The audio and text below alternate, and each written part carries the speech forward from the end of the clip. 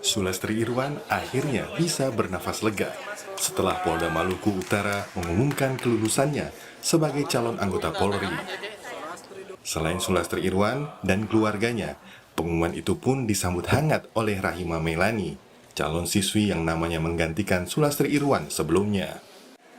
Kami minta terima kasih banyak atas keputusan hari ini. Kami dari keluarga cuma bilang alhamdulillah juga bahagia, bisa juga Sulastri juga masuk toh.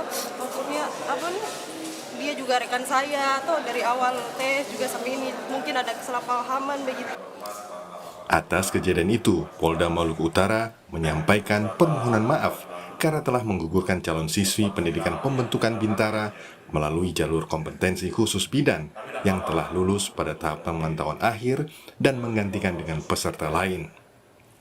Permohonan maaf ini langsung disampaikan Kapolda Maluku Utara Irjen Pol Midi Siswoko. Dengan beberapa pertimbangan dan diskusi kita dengan Polri, kita sampaikan di sini untuk Mbak Sulastri dan Mbak Rohimah dinyatakan lulus. Sebelumnya, nama Sulastri Irwan diduga sengaja digantikan oleh Rahima Melani yang secara ranking justru di bawah Sulastri. Namun, hal tersebut dibantah Polda Maluku Utara jika Sulastri sengaja digugurkan dan diganti dengan keponakan perwira Polri. Agus Supriyanto, Kompas TV, Ternate, Maluku Utara.